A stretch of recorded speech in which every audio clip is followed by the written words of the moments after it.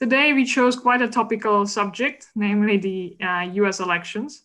I'm sure that you all read a lot about Trump, Biden, the elections. Maybe you even watched the first debate. But today we would like to focus on what the election actually may mean for the US economy. And I'm really excited to have James Knightley with us today. James is the Chief International Economist at ING. He's based in New York and heads the ING's North America macro and politics coverage. Before that, he was based in London and was very much involved in the Brexit process. And I actually had the privilege to attend a couple of his presentations.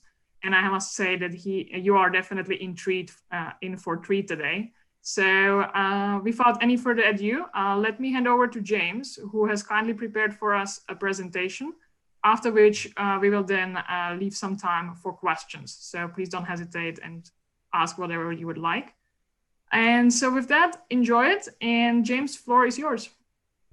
Great, thanks very much. Yeah, hi, so I'm James Knight. So as you were saying, I'm ING's Chief International Economist. So I'm going to talk a little bit about the political backdrop. I've been here, I moved from London, moved to New York back in August 2019. So it's been quite an eventful journey.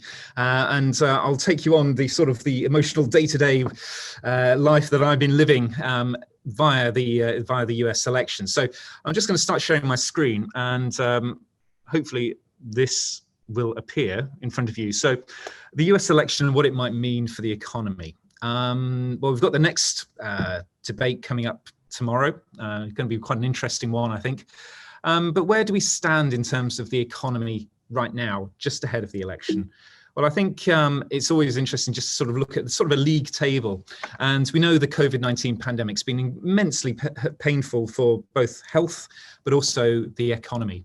And this just shows you the peak to trough falls in economic output in various countries since the pandemic got underway. And actually, the US has been one of the better performers, falling only 10% peak to trough versus, say, the UK, for example, which has dropped nearly 22%. And why is it? Why has the US done relatively well? Well, I think there's been a couple of factors here. One, the lockdowns were less prolonged and also less acute. I think, we know it's the stories such as in France, you're having to go and get a letter to be able to go to the supermarket. All those sorts of stories really touched a nerve over here. And that was never going to happen. And at the same time, the duration of the lockdowns in the US were much shorter. I mean, a lot of the states in the Midwest really opened up within a matter of just a few weeks, rather than the extended months of long shutdowns that we saw in many parts of Europe. But also, I think, to be fair, we have to give a lot of credit to Donald Trump. We all joke and we, hear his comments that he's built the greatest economy in the world ever. Trying not to laugh, but, to be fair to him, the stimulus that they delivered has been very, very effective. Whereas in Europe, we did what we call these furloughing schemes, whereby the government was basically subsidizing private sector pay up to the tune of, say, 2/3, up to a certain amount in the UK, different amounts in different European countries. And that protected jobs. But in the US, what they did was they basically let the labor market clear. They let people lay off staff. But what they then did was create a support network for those impacted households that was, to be fair, very, very generous. So just on the next slide, we can see actually what happened to incomes in the US. This is personal incomes, an annualized rate in trillions of dollars. So you can see January, February, March. That's when we started to see some layoffs. So employee compensation started to fall. And then it fell very, very sharply indeed in April as those layoffs really picked up and unemployment started to climb. But what the US did was that they gave $1,200 checks to individuals, but then they introduced a more relaxed attitude to unemployment benefits. Before, it was actually quite tricky to get unemployment benefits. You had to go through various hoops, you had to make various levels of contributions, etc. That was all done away with, and everyone could access state unemployment benefits. But then they introduced, in addition, an extra $600 per week federal unemployment benefit. And that really led to a massive increase in government social security transfers. And so that increase in income from this much more generous unemployment system actually has really boosted household incomes significantly. Now, to give you a tangible figure on this, the average unemployment benefit in the US at the time was about $330 per week. But add in the extra $600 a week everyone was getting, that took it up to nearly $1,000 per week unemployment benefit. So over $4,000 a month every unemployed person was getting in America. Now that meant nearly 70% of people who were unemployed were actually on higher incomes being unemployed than they were before they were working. And that, as I said, has lifted confidence, it's boosted spending power significantly. And that's a key reason why, looking at this, just looking at the spending of the US citizens, you can break it down by income groups. It's actually the low income groups in the US that have fueled and driven the recovery in consumer spending. And low income households are now spending more today than they were before the crisis. The actual recovery is being held back by high income households. And that's because, of course, high income households tend to spend more on, say, experiences, going out to restaurants, bars, the theatre, those sorts of things, which, of course, we've been restricted in doing. We can't travel, we can't go to the theatre or whatever else like that. So I think that's been a key factor behind the recovery and why the US recovery has been so successful. But of course, where do we go from here? The unemployment benefits are being tapered. It was an expensive thing. That $600 per week unemployment benefit boost has become a $300 per week benefit boost. You can see these grey bars are starting to shrink. And as a result, incomes are starting to drop back once again. And that's why you're hearing so much talk right now in America about the need for another fiscal stimulus. That's all you can hear about on the news, on the Bloombergs, on the Reuters news feeds, all that sort of stuff. It's, will we get another US fiscal stimulus? And it's down to this tapering of the unemployment benefits. It needs to be topped up. So that's the backdrop. We've had a really good performance of the US economy, but there are some signs, tentative signs, that things are going to become a little bit more strained, a little bit more tricky to get good ongoing growth. But of course, the big issue is COVID-19. And this is the cases of COVID-19, the 7-day moving average. You can see what's going on in Europe, what you guys are all experiencing, that exponential increase. Well, in the US, they are increasing, not to the same extent. But so at the moment, there's not the appetite, there's not the discussion about the need for new lockdowns, but that will grow. And that's my fear, is that we're getting to a point now in the US, just ahead of the election, that incomes are starting to be squeezed a little bit. There's a bit more anxiety about COVID-19, and that we could potentially be seeing some restrictions being placed on American citizens in some states. So that's a bit of the backdrop. But as we know, we've got the election coming up, and there's no disguising, there is no confusing the candidates. You just can't do it. One is higher taxes, higher regulation, promoting a more internationalist agenda, getting unionized workers better rights and more influence in the labor market. The other one, of course, is lower taxation, lower regulation, very much an America First worldview, and restrictions on immigration. So, we know where they stand. You should have a pretty good clue as to who you're going to vote for. And indeed, that's what we know. We know that there's very few undecided voters out there. So what's the situation as we currently see it? Well, actually, I'll just move on. Actually, the Electoral College, this is the confusing aspect. And this is what makes calling the elections so tricky. Because, if it was a straight count up the votes and the one with the highest number of votes wins, well, we wouldn't have had President Trump. Hillary Clinton got 2.8 million more votes than Donald Trump. The problem is the US election, or the presidential election, is an election battle in each of the states. And you've got to win enough votes in what they call the Electoral College. And as you can see, this is a chart or a map of what happened in 2016. And you see the blue states which voted Democrats tend to be concentrated on the coasts, tend to have high populations. And it's the central parts, the red states of the Republicans, that tend to be more rural. And as a result, we still saw Donald Trump win. But how does the Electoral College determined? Well, the number of Electoral College votes that your state gets is dependent on the number of House of Representatives officials you have and the number of senators you have. Now, in the Senate, there are 100 seats, and every state has 2 senators. So California has just 2 senators. Wyoming has 2 senators. yet California has a population of 40 million, Wyoming has a population of 900,000.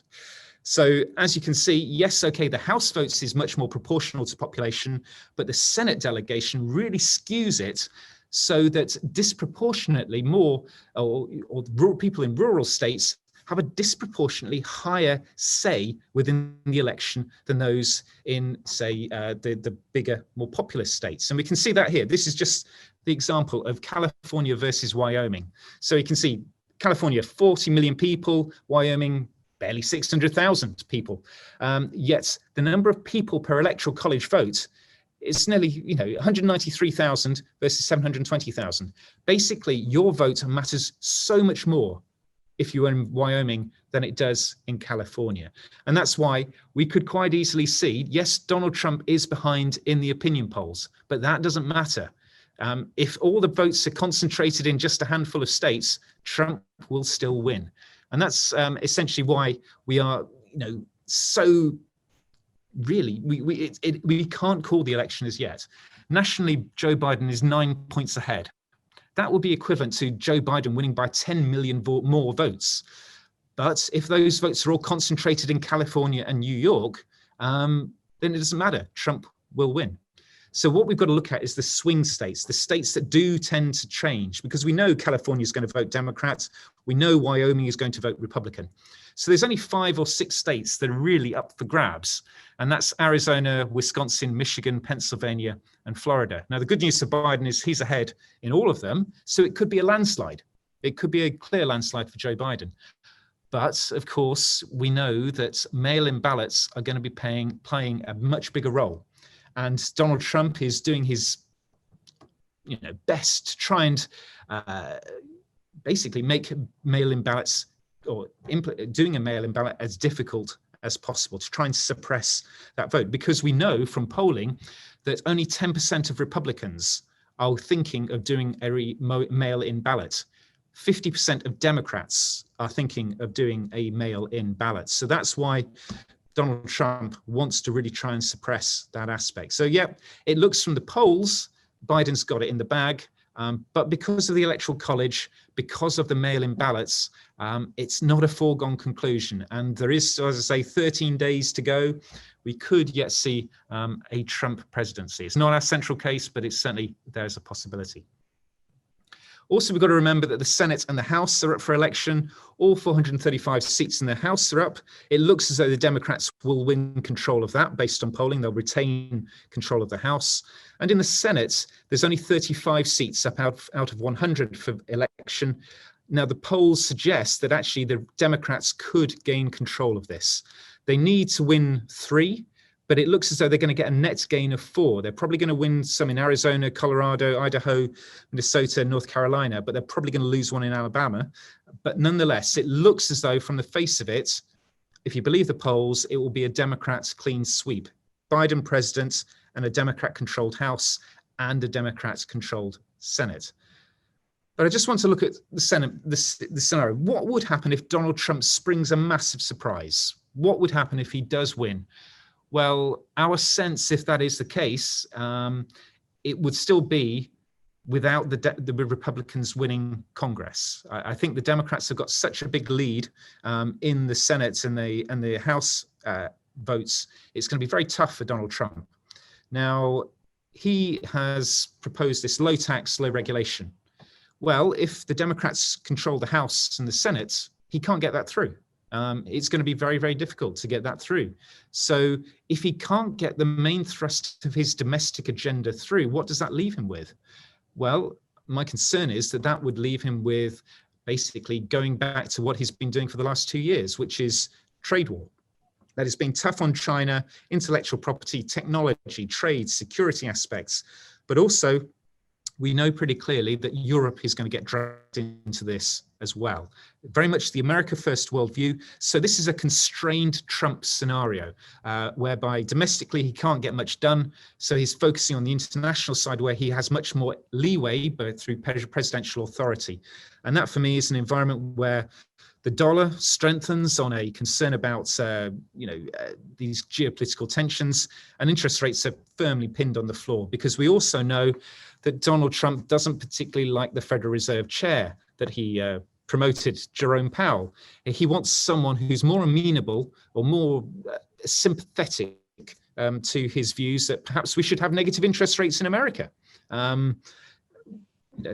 Not a conventional view, but that is something that we could have to consider. If you get a compliant Federal Reserve board being put in by Donald Trump or nominated, that could be more of a concern for financial markets.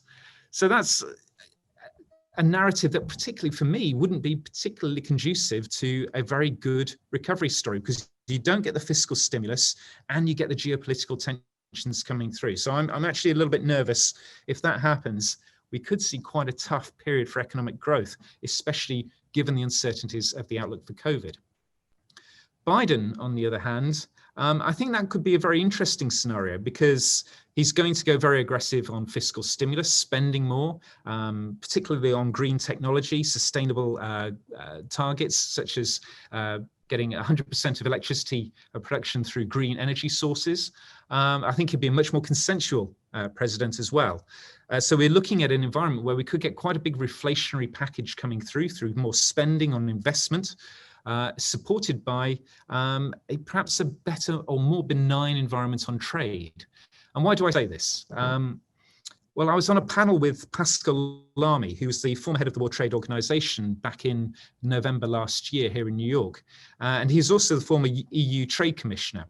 And we were discussing trade and where do we go for the future of US, China and European relations. And he said, look, well, on this matter, he spoke to Emmanuel Macron, the French president, and asked Emmanuel Macron, why do you not speak to Donald Trump regularly and trying to get him to work with Europe? Because if the Europeans and the US work together, surely that would be much more likely to deliver tangible successes in terms of China changing its business practices and changing its, the way it behaves in terms of protectionism, security, intellectual property. And Macron said to Pascal Lamy, well, look, don't you think I've tried? I try every time I speak to him. But every time the response from Donald Trump is, you stay out of this. This is my deal. Europe has no right to be involved. Conversely, I spoke to Peter Navarro, who is Donald Trump's trade advisor here in America. He was at some trade WTO meetings, again, sort of December time last year. And he was asked the question, why is it that you don't work with Europe? Because surely, again, if US and Europe work together, you get the concessions you are demanding from China. His response was, look, Europe is in the pocket of the Chinese. They can't be trusted. We cannot trust the Europeans. And he was pushed on this. Why do you say that? And he said, well, look at Italy. They've gone cap in hand to China. They're begging the Chinese for money for the Belt and Road Initiative, etc. So what you've got is a situation where under the Trump administration, I think the prospects for meaningful improvements in trade relations are pretty slim. And I fear that Europe is going to be really sucked into that. Conversely, Biden is much more of an Atlanticist. He's got a great working relationship with Angela Merkel from his time as being vice president. I'd be much more encouraged that we could get a US-European united front and actually deliver those tangible results. So actually, I think, we could see quite a reflationary positive environment for growth. People say, well, look, he's going to raise taxes, he's going to tighten regulations. And I say, well, yes, he will. But is that going to be a story for 2021? I think not, because the economic strains of COVID-19 are still going to be very much with us.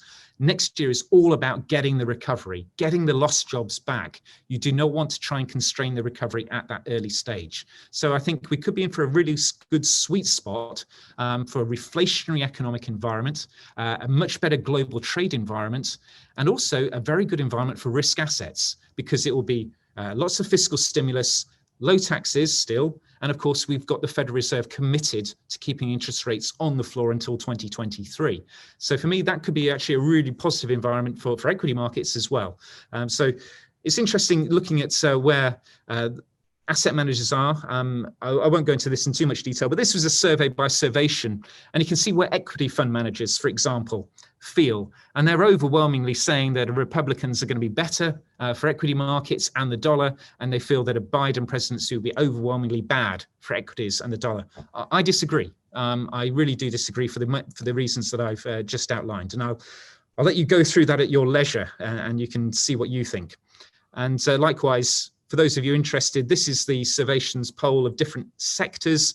And again, you can see that every sector is going to do fantastically well under a Republican presidency, and every sector is going to do fantastically badly under a Biden presidency, except for environmental, social, and governance. Again, I would disagree for the reasons outlined. Please feel free to go and look at that at a later point at your leisure and see what you think. A couple of other points that always get raised around in the election that I think it's always interesting to perhaps provide a bit of data on. People always say, oh, the Democrats, left wing, they're going to push up the deficit. Well, actually, that's not what happens normally. It's the Republicans that push up the deficit. And this is a chart of the federal deficits as a proportion of GDP versus GDP growth since 1969. And you can see the red bars is when we've had a Republican president. So you can see through Nixon and Ford, deterioration of the US fiscal position. Reagan and Bush, deterioration of the fiscal position. Bush, deterioration of the fiscal position. Trump, an absolutely criminal deterioration of the fiscal position, claiming that he's built the greatest economy. Well, it's all debt. It's all debt driven. And we were looking at a deficit of 25% of GDP this year. Conversely, Democrats under Carter improved fiscal position. Clinton improved fiscal position.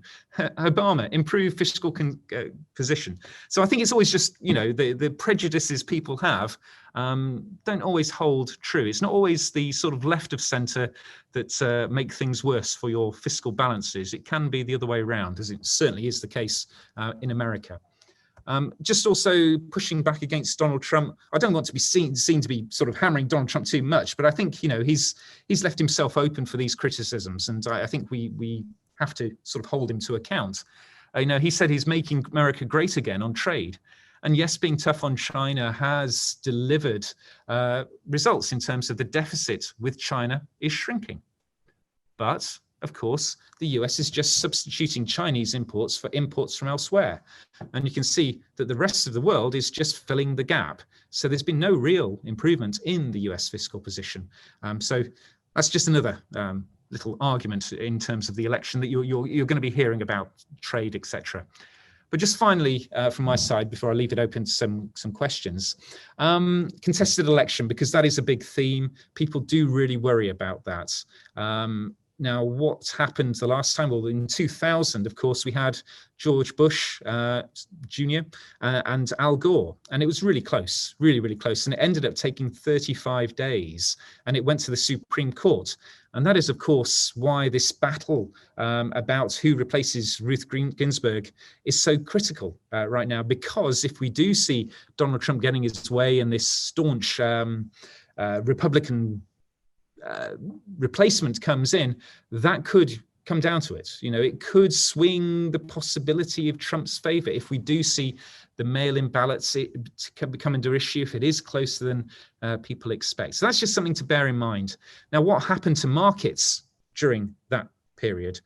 Well, just this chart here just shows what happened to the US dollar and the S&P 500 during that 2000 period. And actually in the lead up to the votes on election day on the 7th of November 2000, the polls suddenly swung in favor of George Bush. Al Gore was actually ahead in the polling throughout the summer. And it was only really late September that George Bush started to pull ahead. And he was ahead by about 3 to 4 percentage points. And this led to a big rally in the US dollar, a big rally in equities, people thinking, good, going to get a nice Republican, pro-growth, pro-market economy. And of course, then the election came and it was far, far close. And we saw equities really come off about 8%, actually. And dollar also initially rallying on a safe haven flow, but then subsiding. And then subsequently, as we got the election, markets calmed a little bit. But it's difficult to actually sort of break down what was the real driver of these moves. Because also we've got to remember at the time we had the tech bubble bursting and the Fed then going on a dramatic series of rate cuts just after the election was declared. So I would argue in terms of if we get a contested election this time, I do worry that given the economic disruption of COVID cases, given the squeeze on household incomes, given the uncertainty or lack of leadership that would be provided in such an environment, that could be a very, very challenging environment for equity markets. And we've just got a chart here of where US equities currently stand. And as you can see, the valuations are quite, quite rich, shall we say, given an economy that is still 10% smaller than it was before COVID. So I would be very wary about the US equity market in this environment. Also, we're up at 80 basis points in the US 10-year. I think if we do get this contested election, the potential for protests, the potential for some violence on the streets, lack of leadership, COVID, etc., that could be the catalyst to get the US 10-year back down to 50 basis points. It's not our base case. I think we are still looking for a Biden clean sweep, and we think that Trump will concede under pressure from the Republican Party. But it is certainly something that we should be aware of and wary of. So I'm just going to stop there, actually. This is just our profile for the recovery story. I think, in conclusion, the election, it does look as though it's going in the direction of Biden and a clean sweep. And I think, that could actually be the best possible scenario for US economic activity. If you can indeed get a vaccine in November, December, January, whenever it is, coupled with a Democrat House, Senate, and a president all pushing massive fiscal stimulus in the form of government investment in energy, in infrastructure, in green technology, coupled with a low tax, low regulation environment, which we think will hold, with the Fed promising not to raise interest rates, and a backdrop where you will get perhaps a more conducive or more easing or helpful relationship for global trade, particularly US-European trade relations.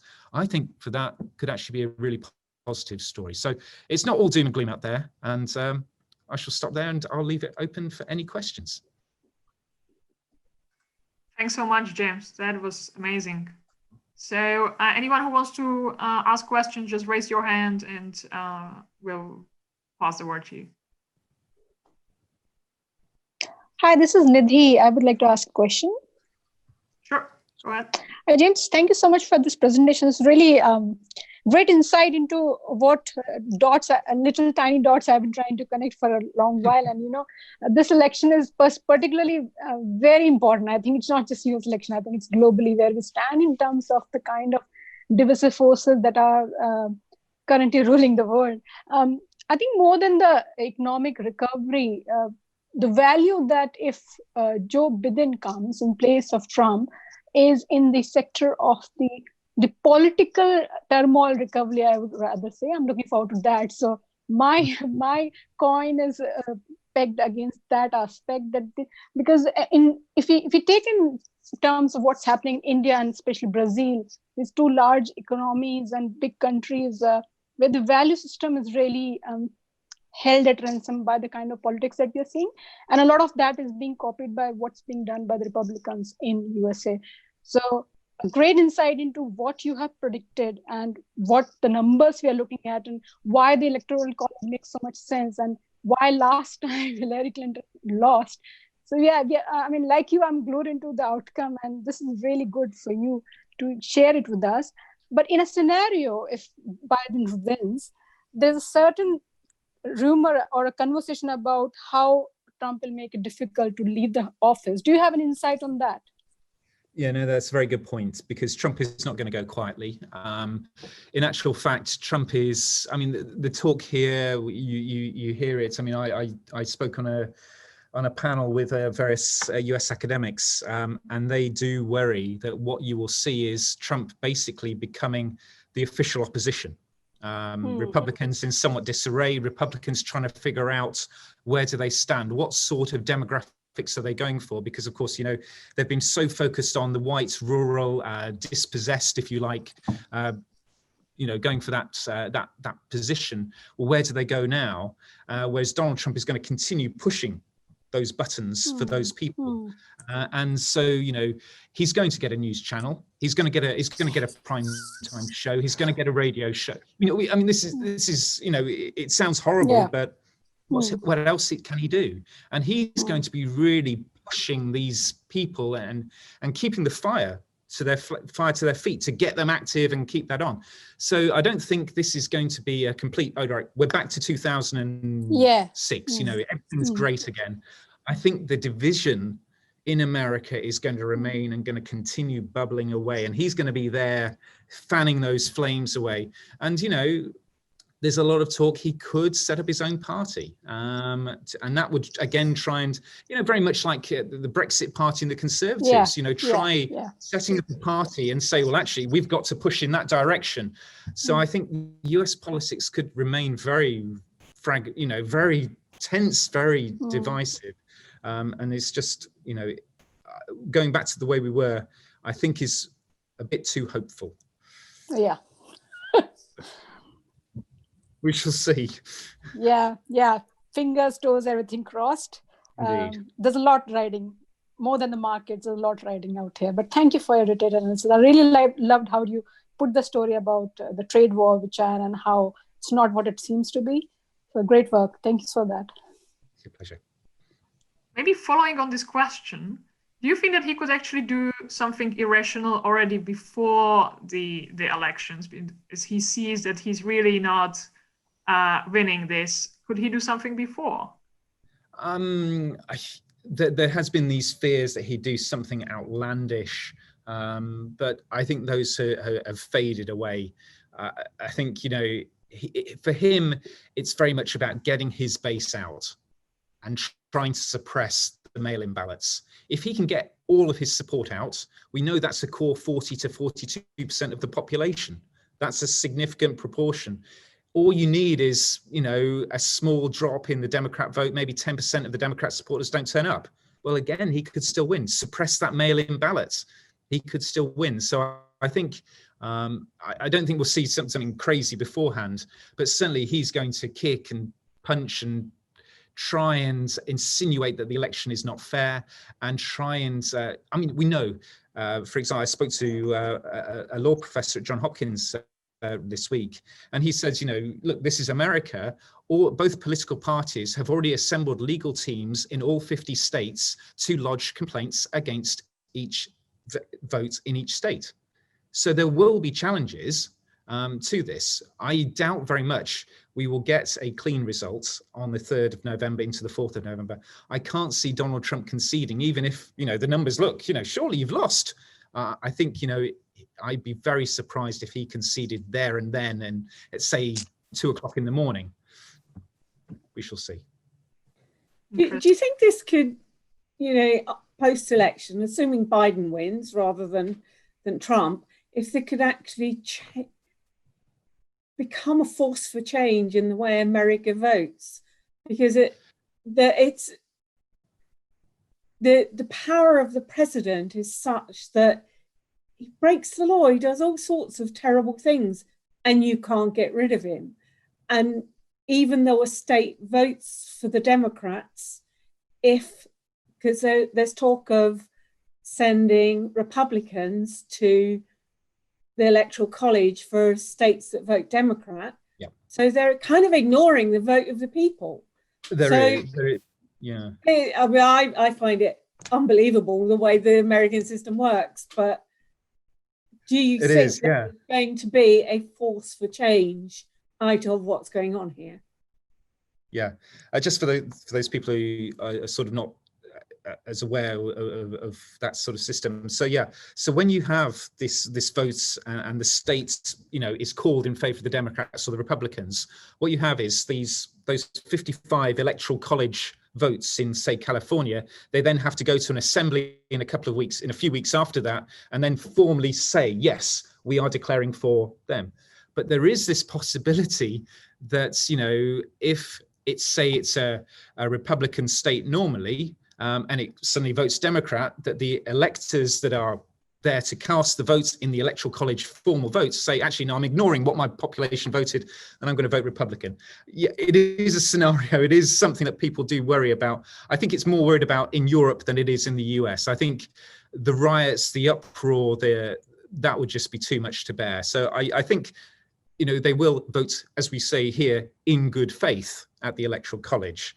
But yeah, I mean, the problem is, the electoral college is going to remain skewed in favor of rural states forever.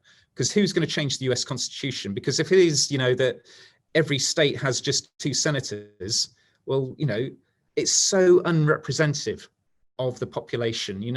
If Wyoming has 2, Kansas has 2, Oklahoma has 2, Mississippi has 2, and yet New York and California just have 2, it just strikes me as deeply, deeply flawed.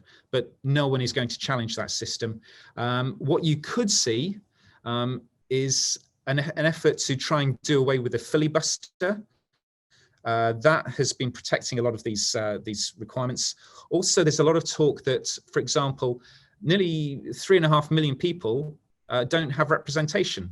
Washington, DC, for example, doesn't have a senator, huge population center. Puerto Rico doesn't have any representation. These sorts of other states other parts of the US, expanding the number of states, that could be a story. But again, this is all sort of very hypothetical, and getting that through and passed, it's just such a challenge. So unfortunately, I fear that the status quo is going to be with us for some time, and it's going to be disproportionately still favoring those white rural voters at the expense of the more highly populous states. So even though, is it in 10 years, there will be more people of colour in the States than white people, they're still not going to be represented properly? No, they will be told simply, why don't you just move to Wyoming? You don't have to work from an office anymore. Go live there. If you want your vote to count, go there. I mean, that's presumably going to be the response, is that, well, we don't need to live in New York anymore. You don't need to live in California. Go explore America, live elsewhere. But, it's, yeah. Anyway, there we go. James, I've got a question just more about your role as chief economist, and especially during times like the US elections. Are you constricted to ING's views as a firm, or obviously given this election, you probably got your own views as who you'd like to win and why, and how does that work? Just interested in your role. So I mean, basically, I just come up with the view on my own. Okay. That's the way sell-side research has to go. It's completely independent. The CEO of the bank can get very unhappy with me, but they can't do anything about it, unless they fire me, basically. Mm-hmm. And that's what independent research is meant to be. And that's what we've always stuck to, really. Yep, you are aware of political things that you perhaps don't want to talk about. But again, being a European bank in America, I have a lot more freedom. Yeah. And particularly without a retail operation. We used to have a huge ING Direct retail operation here. I would have been far more constrained. Okay. I can now, so that's why, when you speak to JP Morgan, Goldman's, these sorts of guys, they are very nervous about commenting. And it's interesting, whenever you do a discussion with them, they say, well, I don't really want to talk about that. But it was the same on Brexit and Lloyd's. Trying to get anything out of Lloyd's about Brexit would be, it's like blood out of a stone. Well, that's good to know. And one final thing, if I can, what were the thoughts and views when Trump got coronavirus, and kind of what was the atmosphere like in New York, I guess? It was interesting because, on some levels, you thought there might be a bit of a sympathy vote for him. Boris Johnson got a bit of a sympathy vote, but there was none, absolutely none whatsoever. And in actual fact, you could see the polling, it really dipped. It dipped by about 5 percentage points, because it's saying, look, you're a fool. You were telling us, now it's bitten you on the backside. So it's actually been very bad for him. Okay. Yeah, I did think he may have been doing it for sympathy votes, but as you said, I don't think that went in his favour. So it certainly did not. thank you very much. Hi, James. Yeah. James, can I ask a quick question around the employment and unemployment benefit versus furloughing? Yeah. What's economically, what's the difference? So for furloughing, so for example, in a lot of European countries, what they said was, look, we'll do these, as the UK called it, the job retention scheme. So the idea was that there's various industries that have just been so heavily impacted, such as bars and restaurants, you know, there's no work for them. But what we will do is we will help you support your workforce by contributing, say, 2/3 of your salary, or in Denmark's case, 75% of those private sector salaries, as long as you then keep them on your payroll until such and such date. And so that's been great. Obviously, it's allowed people to stay in work or continue to have incomes. But of course, there comes a point whereby economic realities do hit. And, you know, the cost of these schemes has been very, very expensive. And so we've seen Rishi Sunak say, you know, effectively, we've got to sort of downplay this a little bit. Private sector companies have got to contribute a little bit more. So that's where we stand. And the problem is now that economic realities are biting. Unemployment is starting to rise in lots of European countries because they're all sort of tapering and limiting the amount of their contribution is. So that was one way of dealing with it. What the US did was they basically tried to let their labor market clear immediately by saying, look, you know, you're a restaurant worker, you're fired, and do it that way. But then saying, okay, well, but there's no work for you. We can't have that. So what we will do is we will expand unemployment benefits and also give you an extra $600 per week boost. And that was at the time when they thought, oh, COVID's going to be done and dusted within 2 months. So this is, you know, it would just last 8 weeks. It'll be fine. Don't worry about it. But of course, it's not. We're 6 months on. And again, that's proved to be incredibly costly. So that extra $600 a week on top of the usual, say, $300 per week unemployment benefit, well, they've said, actually, you know, that's a bit too generous. Giving you $1,000 a week unemployment benefit, we can't afford that either. So that's been cut down. But in the US, you only get unemployment benefits for 26 weeks. And so, you know, if you're looking at a calendar, that was March, April, 26 weeks ago. So basically, all those people that were fired are now dropping off receiving the $300 a week state unemployment benefit. And now they've also seen that $600 a week federal payment drop to $300. So they've gone from $1,000 a week to basically just $300 a week.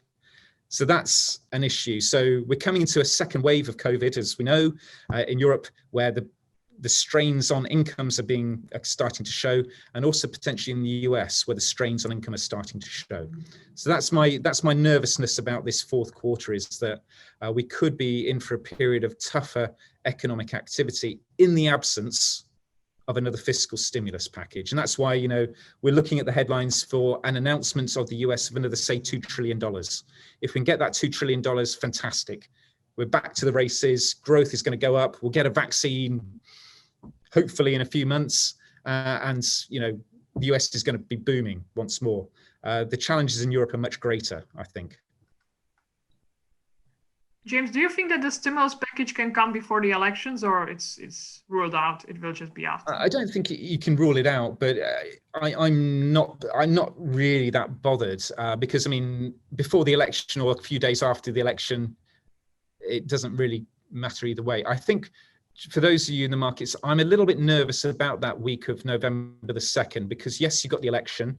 The worst case scenario for that week is that you get a disputed election. You get people protesting, you get a bit of violence, you get the worries coming in, oh, this could take weeks, or it could go to the Supreme Court. What does this mean for the leadership? We're not going to get a fiscal deal in this environment.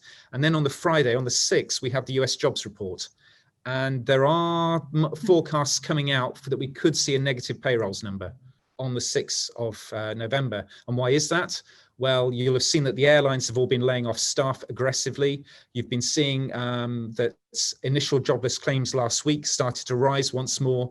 And there's normally a big back to school employment boost. because, you know, kids are back at school, parents can therefore go back to work, etc.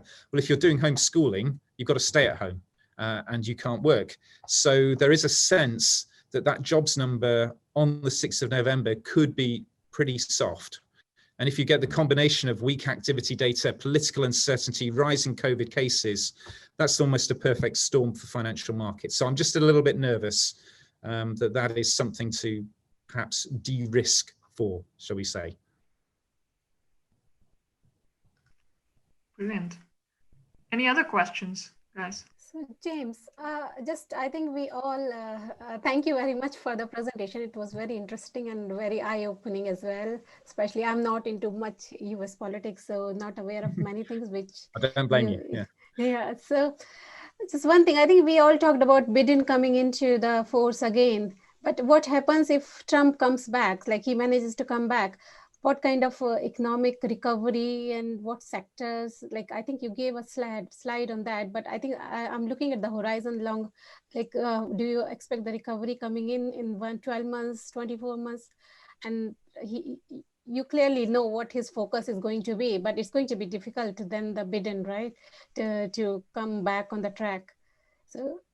Yeah, I mean, in terms of if we do get Trump surprising, I mean, the sectors that are likely to perform best are probably the banks, because there is concern here in the US that one of the big things that the Democrats are going to go after is they're going to make a lot of the easing of the financial, the stress tests, the prop trading aspects that were relaxed under Donald Trump, they could be reinstated. Say, and also, as I said, Elizabeth Warren, if she gets a role, you know, private equity, those sorts of aspects of financial services really coming under the spotlight. So I think, you know, banks would do very well under a relief scenario, energy as well, because of course we know under Joe Biden, he's going to do away with oil and gas and coal and everything like that and go completely green. Well, obviously, if you get Donald Trump, the oil, gas, those sorts of sectors will do very, very well. Likewise, healthcare as well. You know, Joe Biden wants to make it very difficult for the pharmaceuticals companies and such like. So you're looking at those sorts of, you know, where is Biden going to attack? Well, if Trump surprises and brings it back, you know, it's all the sectors that you think we're going to do bad under Biden, they're going to do well under Trump, basically. It's such a polarized scenario. But we'll certainly let you have a look at that that pack, and we can send it on to you as well. And you can have a look at these survey results and, as I say, see what you think. I think it's about the sector growth is one thing. The other thing is like how the like, you see, there's so many job losses. There are so many like fiscal deficiency and all. How all these things going to overall look like for like next 12 months? Like maybe is it going to be a bit longer? If Trump comes, it will be a bit slower.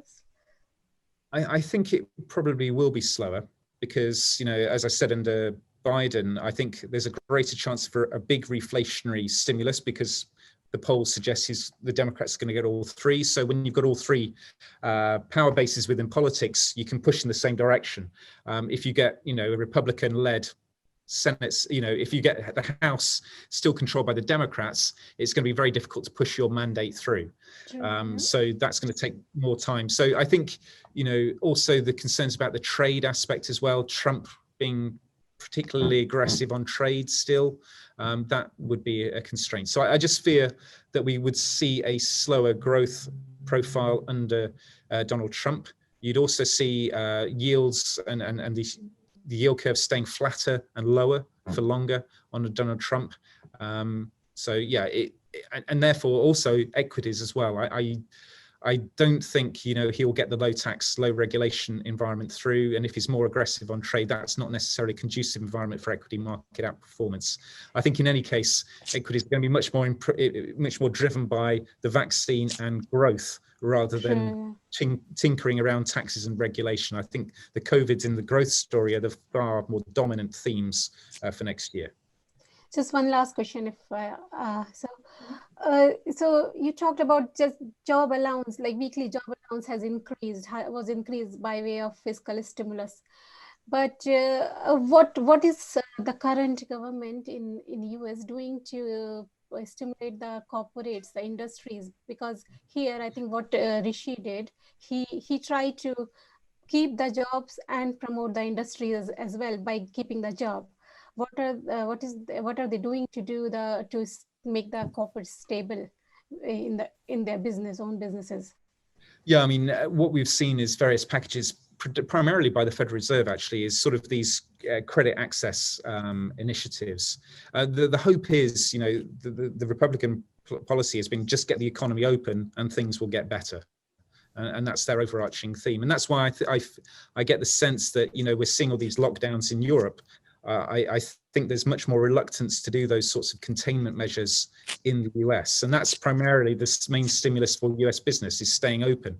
They're not necessarily offering any other additional incentives, because you've got to remember that US corporates have massive tax cuts from 2018. They've got a lot of cash in their pockets. Right. They're sitting on a lot of cash. They're just waiting for the environment to be conducive to putting that money to work. What about SMEs, small and medium enterprises? Yeah, it's been, again, they've been sort of doing these initiatives to try and keep small businesses afloat. But again, it comes down to economics. You know, if you don't have the economy open, these businesses are not going to survive. And that's essentially, you know, the cut and thrust between the US and the European model is Europe much more trying to keep those small businesses alive, whereas the US is saying, well, you know, we are for creative destruction, and, you know, businesses will come back when the economy is back. And so it's much, you know, that as you would stereotypically view the situation in terms of how the US and Europe would assess the importance and such like. How do you see the impact in Europe? Or, you know, I'm worried about my pension fund, for example. So, you know, which of the two of them is going to have the greatest negative or positive impact in Europe? For me, I think it would be a Biden presidency would be the more positive scenario, and that's largely because of the openness to dealing with Europe. So I think, you know, for example, Biden has already said that he would stay in the World Trade Organization, he'd rejoin the World Health Organization, and he'd be willing to work with Europe. And I think, you know, that the idea that I mentioned earlier about US and Europe working together as a united front against China, that's in Europe's interest just as much as it is in US's corporate interest as well. So that for me is why I say that. I think for Trump, you know, the trade story is going to be a key theme for him, I think. And, you know, he continues to bang on about Europe treating US companies unfairly. I mean, you know, these sanctions that he keeps putting in, it's crazy, but that's the mentality that he has got. And that's the mentality that Peter Navarro, his trade advisor, has got. So I just sense that the trade environment, the growth environment would be much more conducive and much more positive for Europe under a Biden presidency. And also, you know, look at Nord Stream 2. I mean, the hypocrisy of the Republicans on this is simply astonishing, you know, saying that Europe should not take Russian gas, and we should stop the Nord Stream pipeline, and I'm going to sanction every European company that is involved in Nord Stream 2. Yet, who is the second biggest importer of Russian oil? It's America. So, you know, absolutely flabbergasted. But that sort of interventionist attitude under Donald Trump may be less of a theme under Biden. Thank you. Maybe one more question following on this one, and, you know, looking at it from the UK perspective. Do you think that UK has better chance to cut a trade deal with Biden or with Trump, and which would be more favorable, if it could be in any case favorable to the UK given our position? But what's your view? Yeah, it's interesting. I mean, just looking at the votes in the House of Lords this week, for example, you know, it's not just saying, oh, we're just going to get a deal. There's hoops to go through, and there's legal issues to resolve on all of these. Yeah, I mean, in terms of Joe Biden, he's made it pretty clear, as have the Democrats in the US here. They've said, look, you know, the primary issue for them is the Good Friday Agreement. The US was involved in the Good Friday Agreement in the Irish peace talks, and they do not want to renege on anything to do with that. So anything that puts that in jeopardy, putting up barriers on the Irish border, they cannot allow, and they will not allow. So if that is the case, Boris Johnson's got to go back to the drawing board and rethink his plans under a Biden presidency. Yep, he may well get a deal with Donald Trump, or on the face of it, a deal, but will that get approved by the British Parliament? Again, we don't know. There's aspects to both of those. I think, yeah, you can get a deal with Trump, but will it get approved by Parliament and the Lords? And likewise, getting an actual deal in the first place with Biden is going to be more challenging. So I do not hold out a great deal of hope, and I would encourage the UK government to try and work a little bit harder with Europe as a primary goal. Makes a lot of sense. All right, we are coming sort of towards the end of the session, but if anyone has one last question, then we'll definitely do one more. Or everybody is already looking forward for their dinner. You, James, I know you probably. I've got a few more hours yet. Lunch. Okay, brilliant. Then thank you very much, James. It was very insightful and really entertaining. And in particular, I think helpful to all of us to understand the US elections a little better. I would also like to obviously thank you, Mark, Katie, and Molly to organize it with me, this session. And to all of you that you joined us, thank you very much. And we look forward to our next session. We'll let you know what the next one will be. Thank you. Thank you. Thank you. Thank you very much. Thank you, James. Bye. Thank you. Thank you. Thank you. Thank you very much. Bye-bye. Thank you.